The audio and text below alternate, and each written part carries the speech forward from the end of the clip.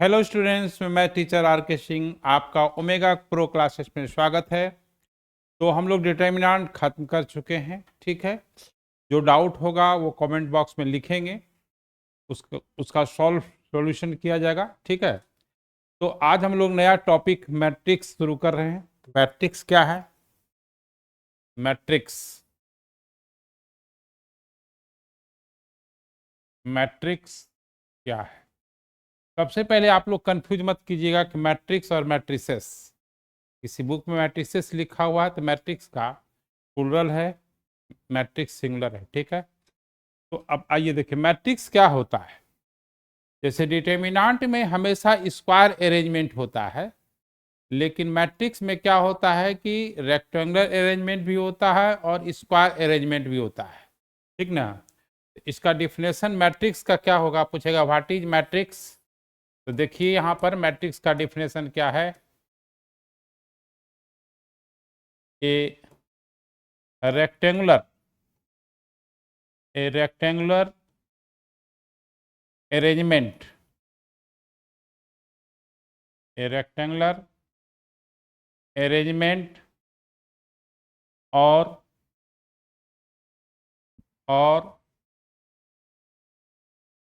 Square arrangement of real और imaginary number. Real भी हो सकता है, इमेजिनरी भी हो सकता है। Imaginary numbers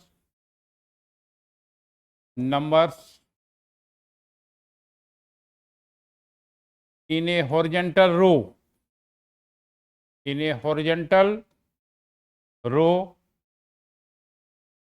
and vertical column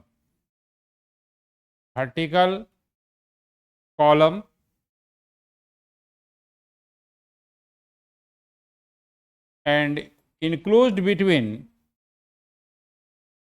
and enclosed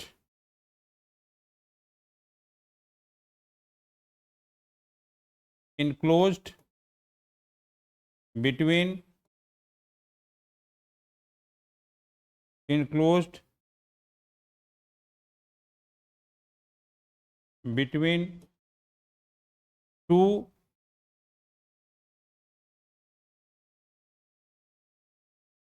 braces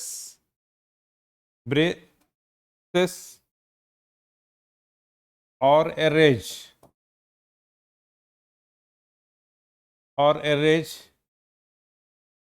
is called matrix. तो देखिए मैट्रिक्स क्या होता है। रेक्टेंगुलर और स्क्वायर अरेंजमेंट ऑफ रियल और even numbers in a horizontal row and vertical column, enclosed between two braces और arrays, है ना, is called matrix. It is denoted by it is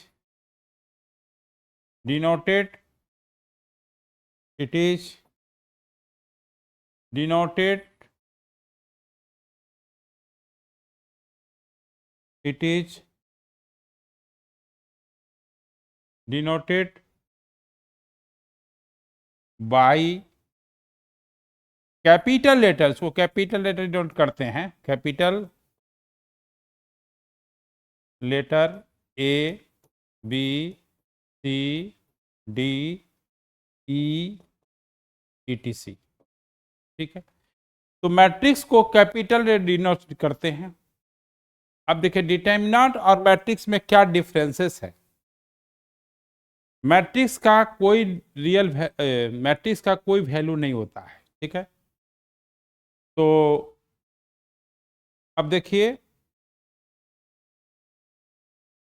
तो पहले तो फॉर एग्जांपल में लिख लेते हैं। फॉर एग्जांपल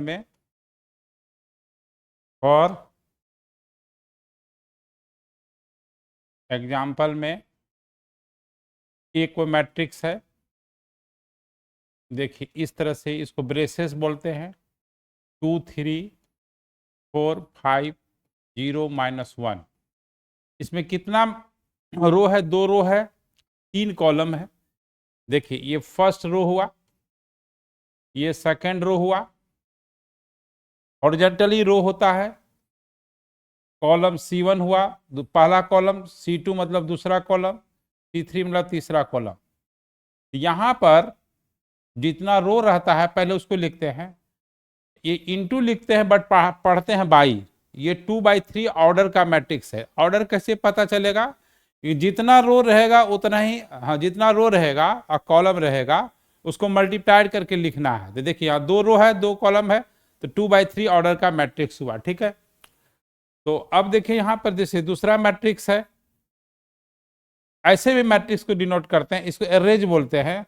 1 -1 0 2 1 3, ये देखिए 3/2 ऑर्डर का मैट्रिक्स हुआ। ठीक है, इसमें 3 रो है, क्या है 3 रो है और 2 कॉलम है। तो पहले रो लिखते हैं, ये सिस्टम है कि पहले रो लिखते हैं तब कॉलम लिखते हैं। अब देखिए सी कोई मैट्रिक्स है, अब देखिए 1 -1 0 2 3 5 -2 -5 6। अब देखिए इसमें क्या है, 3 रो है 3 कॉलम है, 3 रो है 3 कॉलम है, तो 3/3 ऑर्डर का मैट्रिक्स हुआ। जब number of row number of column different होगा, यदि m not equal to n होगा, तो उसको हम लोग रेक्टेंगुलर मैट्रिक्स कहेंगे। तो इसमें नोट में लिखना है, नोट में ये होगा if m not equal to n then matrix is rectangular matrix, rectangular matrix. ठीक है, रेक्टेंगुलर मैट्रिक्स। और अगर जो है m इक्वल टू n होगा, if m equal to n यानी नंबर ऑफ रो और नंबर ऑफ कॉलम, यानी जितना रो रहेगा उतना कॉलम अगर होगा तो स्क्वायर मैट्रिक्स होगा। If m equal to n then matrix is square matrix. वो जो है स्क्वायर मैट्रिक्स होगा, क्या होगा? स्क्वायर मैट्रिक्स होगा। यदि m और n number of row number of column different होगा, इक्वल नहीं होगा तो रेक्टेंगुलर। यदि number of row number of column अगर इक्वल होगा तो आपका ये स्क्वायर मैट्रिक्स हो जाएगा। देखिए ये रेक्टेंगुलर है, ए भी रेक्टेंगुलर है, बी भी रेक्टेंगुलर है, सी स्क्वायर है, इसलिए 3/3 ऑर्डर का मैट्रिक्स है। अब देखिए डी एक मैट्रिक्स लेते हैं। अब देखिए यहाँ पर 1 1 0 0 है ना, ये 2/2 ऑर्डर का है, तो ये आपका स्क्वायर मैट्रिक्स हुआ। ठीक है, तो कहने का मतलब ये है कि number of row number of column अगर इक्वल है, number of row number of column equal हो तो स्क्वायर मैट्रिक्स होगा। अगर number of row number of column equal नहीं है तो कौन मैट्रिक्स होगा? रेक्टेंगुलर मैट्रिक्स होगा। तो अब जो है हम लोग चलते हैं कि डिटर्मिनेंट और मैट्रिक्स में क्या डिफरेंसेस है। ठीक ना, देखिए डिटर्मिनेंट ये नोट में लिखिएगा, है ना। मैथ्स में जितना लैंग्वेज कम हो, हाँ उतना बेहतर होता है। Determinant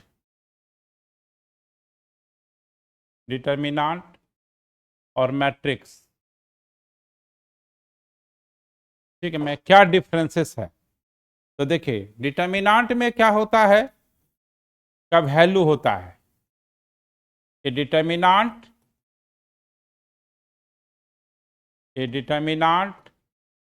has a value,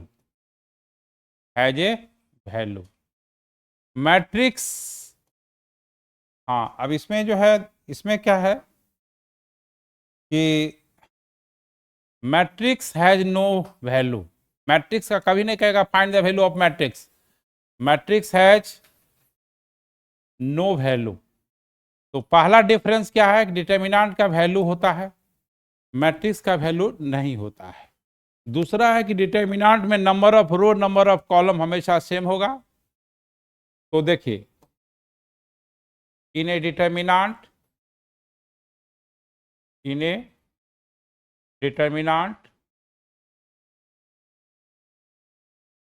the number of rows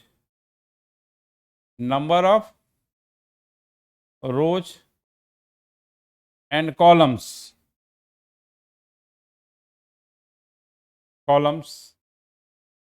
are always equal, हमेशा इक्वल होगा।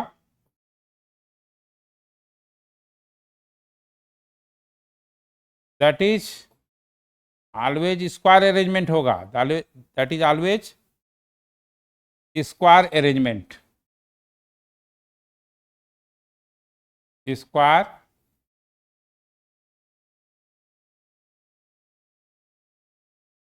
अरेंजमेंट होगा। इसमें क्या होता है, in a matrix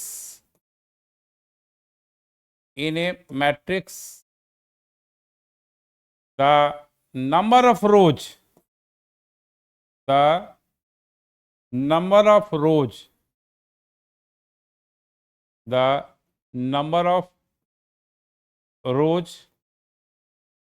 and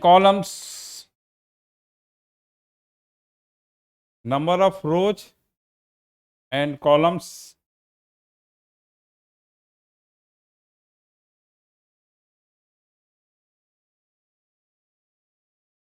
may be same, may be equal या same, may be same और different, अनइक्वल भी हो सकता है।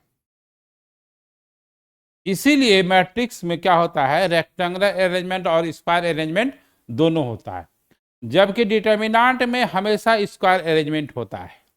ठीक है, तो क्या हम लोग सीखे डिटर्मिनेंट का कोई वैल्यू होता है, मैट्रिक्स का कोई वैल्यू नहीं होता है।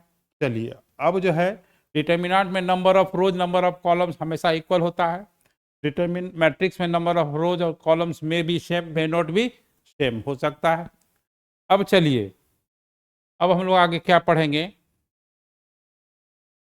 Determinant of square matrix. देखिए डिटर्मिनेंट जो होता है वो स्क्वायर मैट्रिक्स का ही होता है, रेक्टेंगुलर का नहीं होता। Determinant of square matrix,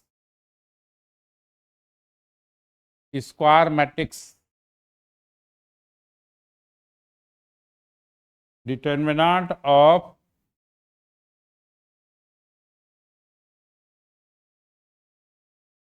square matrix, rectangular matrix का डिटर्मिनेंट नहीं होता है।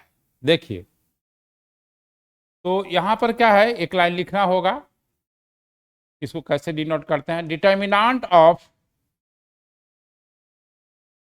Square matrix. देखिए रेक्टेंगुलर कभी नहीं लिखेंगे क्योंकि उसका होता ही नहीं है, रेक्टेंगुलर मैट्रिक्स का डिटर्मिनेंट नहीं होता है, इसलिए स्क्वायर ऑफ ये determinant of square matrix A, कोई मैट्रिक्स है ए जो स्क्वायर मैट्रिक्स है, ए इज डिनोटेड बाई इस तरह से। इसको मॉडुलस मत पढ़ेंगे, इसको मॉडुलस नहीं पढ़ना है, ये आपका स्क्वायर मैट्रिक्स का डिटर्मिनेंट का सिंबल है, इन्हें मॉडुलस ऑफ ए पढ़ लेना है। ठीक है, तो ये डिटर्मिनेंट कोई है उसका मैट्रिक्स लिखना है, तो इस तरह से होता है। अब देखिए क्या होता है, देखिए फॉर एग्जाम्पल में अगर कोई ए है मैट्रिक्स, वो आपका 2 3 है और 5 6 है, ठीक है, तो कहेगा कि फाइंड डिटर्मिनेंट ऑफ, फाइंड इसको क्या पढ़ेंगे, मॉडुलस ऑफ ए नहीं, बार बार करें, फाइंड डिटर्मिनेंट ऑफ ए। तो डिटर्मिनेंट ऑफ इसका कैसे निकलेगा, देखिए ऐसे करना है, और ये जो है जो डिटर्मिनेंट का साइन है, देखिए ये आपका जो ब्रेसेस है ये हट जाएगा और हम वर्टिकल कॉलम में लिखाएगा। ये जो दरवाजा बंद टाइप का है ना सर, 2 वर्टिकल लाइन कर देना है और 3 6 हो गया। अब जो डिटर्मिनेंट का नियम है वैल्यू निकालने का, वो निकल जाएगा, तो 6 दूना 12 हो गया, अब 15 हो गया, तो आपका -3 हो गया। +3 नहीं होगा, मॉड मत समझिएगा, ये डिटर्मिनेंट का वैल्यू हुआ। तो अब देखिए यहां पर उसी तरह से अगर इफ ए कोई मैट्रिक्स है 1 2 3 है, -1 2 4 है और 3 5 6 है, इसका वैल्यू निकालना है। Find determinant of A. देखिए इफ ए इक्वल टू इतना है, find mod of A, mod of determinant of A. उसी तरह से डिटर्मिनेंट ऑफ ए निकालना है, तो कैसे निकलेगा? तो डिटर्मिनेंट ऑफ ए कैसे निकलेगा? सबसे पहले तो आप 1 2 3 -1 2 4 3 5 6 ये हो गया, ठीक है। अब इसको हमको सॉल्व करेंगे, जो डिटर्मिनेंट का रूल है, कॉलम वाइज करते हैं। तो 1 जिस रो में लाइज कर रहा है, फिर देख लीजिए इसको, देखिए ये हट जाएगा और ये हट जाएगा, ठीक है। जो जिस रो में लाइज करता है उसको हटा देना है, जिस कॉलम में लाइज करता है उसको हटा देना। तो बच गया क्या? 1 यहाँ है, तो 2 5 और 4 6, 2 5 है ना, 2 2 5 4 6, ये प्लस हुआ। फिर क्या होगा? माइनस होगा। क्या होगा? माइनस होगा, तो -2 हो जाएगा। फिर ये देखो 2 2 5 जो है सेकेंड रो वो हट जाएगा, कॉलम हट जाएगा, तो क्या हो जाएगा? वो जो नियम है -1 3 और 4 6, फिर प्लस में होगा 3। अब देखिए फिर ये रो हट जाएगा, ये कॉलम हट जाएगा, तो -1 3 2 5, -1 3 और 2 5 हो जाएगा। तो अब क्या है कि इसको सॉल्व कर दीजिए। हाँ, इसको सॉल्व कर देना है, थोड़ा सा यहाँ से छोटा कर देते हैं, तो इसी पेज में आ जाएगा, इसी पेज में आ जाएगा। तो ये जो है आपका 1 12 -20 -2 -6 -12, ठीक है, +3 -5 -6। अब देखिए कितना हो जाएगा? देखिए -8 और -8 और 18, -18 36, -8 + 36 + 28 हुआ, 28 अब माइनस ये 6 5 11 -33, तो -5 हो जाएगा। क्या हो जाएगा? -5 हो जाएगा। तो इस तरह से हम लोग स्क्वायर जो मैट्रिक्स होता है उसके डिटर्मिनेंट का वैल्यू निकालते हैं, ठीक है। अब देखिए, अब हम लोग पढ़ेंगे इसमें क्या है कि माइनर और कोफैक्टर। तो माइनर और कोफैक्टर जो है यहाँ फिर से पढ़ा देते हैं, जो डिटर्मिनेंट में है वही है, तो फिर से पढ़ा देते हैं। इससे क्या होगा? रिवीजन भी हो जाएगा। Minor and cofactor, cofactor of element of square matrix. देखिए रेक्टेंगुलर मैट्रिक्स के एलिमेंट का माइनर कोफैक्टर नहीं निकलता, जब भी स्क्वायर मैट्रिक्स का ही निकलता है। Minor and cofactor of element of square matrix, बार बार वो फोकस कर रहे हैं, स्क्वायर मैट्रिक्स का ही निकलता है एलिमेंट का, रेक्टेंगल का नहीं निकलता है। अब देखिए यहां पर क्या है कि ए कोई मैट्रिक्स है और ये एलिमेंट है A11 A21 A31 A12 A13 A22 A23 A32 A33। अब देखिए यहाँ पर, तो यहाँ पर माइनर जो होता है, माइनर ऑफ A11 का, तो M11 से डिनोट करते हैं, डिटरमिनेंट बताए हैं। इसमें क्या होता है? जिस रो में लाई करता है उसको हटाइए, ठीक है, इसको हटा दीजिए, ई कॉलम को रो को, ये कॉलम हटा दीजिए, क्या बच गया? A22, देखिए समझिए, A23, A32, A33। तो किसी भी एलिमेंट का जो है माइनर जो है वो आपका, हाँ, डिटर्मिनेंट ही होता है कि जिस रो में लाइज में करता है उसको डिलीट कर करके बनाया जाता है, निकाला जाता है। अब देखिए माइनर ऑफ A32 निकालना है, तो यहां पर, हाँ देखिए यहां पर क्या है कि इसको थोड़ा हटा करके, थोड़ा इरेज करके हटाते हैं, और तब जो है, हाँ ये जो है आपका, इसको हटा देते हैं, ठीक है। ये हो गया, अच्छा हो गया। A32 का निकालना है ना माइनर, तो जिस रो में लाइज कर रहा है, तो हाँ जिस रो में लाइज कर रहा है उसको ऐसे हटाते हैं, और जिस कॉलम में लाइज कर रहा है उसको हटाते हैं। बच क्या गया? देखिए एकदम बहुत क्लियर है, जिस रो में लाइज कर रहा है, जिस कॉलम में लाइज कर रहा है उसको हटा देना है। तो ये क्या हो जाएगा?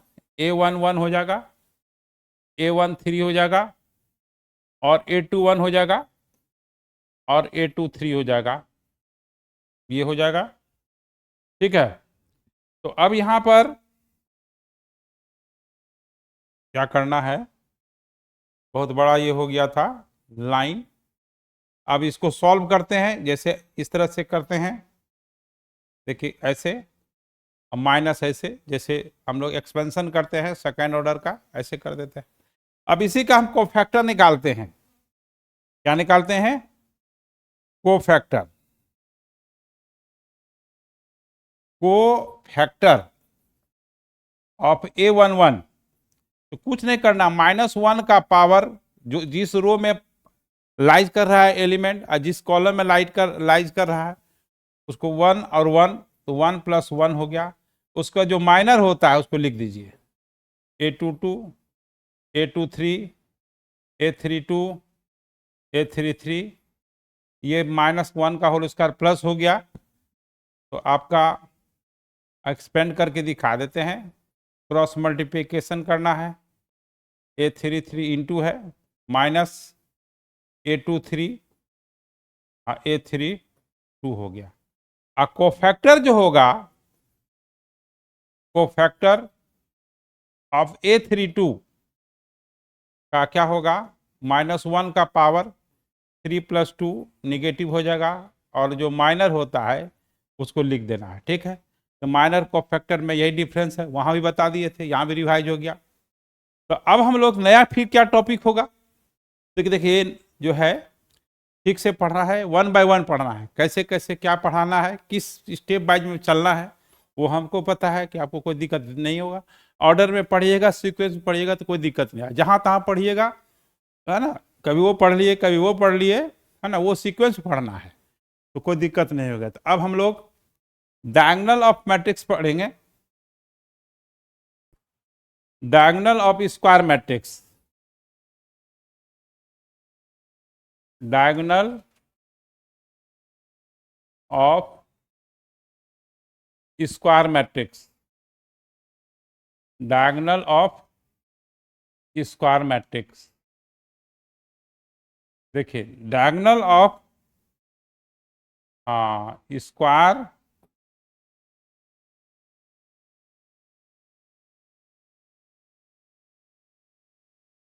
Diagonal of square matrix. देखिए रेक्टेंगुलर मैट्रिक्स का डायगोनल नहीं होता है ना। डायगोनल मैट्रिक्स जो होता है स्क्वायर मैट्रिक्स का होता है ना। तो देखिए यहां पर square matrix, square square matrix has 2 diagonals, 2 diagonal होता है, 2 डायगोनल्स, ठीक है। तो वो जो डायगोनल होता है वो होता है principal diagonal, principal diagonal, principal diagonal होता है।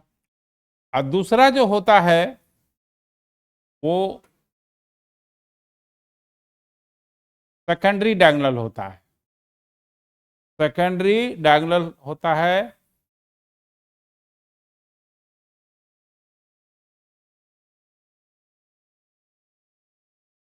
सेकेंडरी डायगोनल होता है, ठीक है। तो प्रिंसिपल डायगोनल में क्या होता है, देखिए कोई ये मैट्रिक्स है,